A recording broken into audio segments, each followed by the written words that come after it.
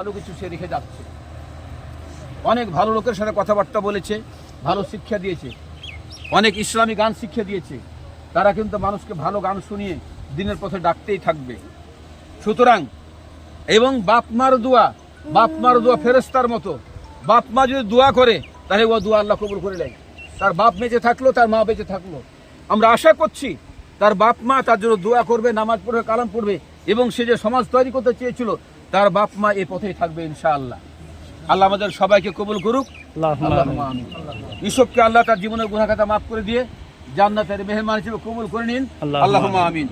আসসালামু আলাইকুম ওয়া রাহমাতুল্লাহ। আরেকটা কথা বলা হয় না, কেউ কান্নাকাটি করবেন না, চিৎকার করে কান্নাকাটি করবেন না। মা হোক বাহু যে হোক, চিৎকার করে কাঁদবেন না, চোখ দিয়ে পানি পড়বে।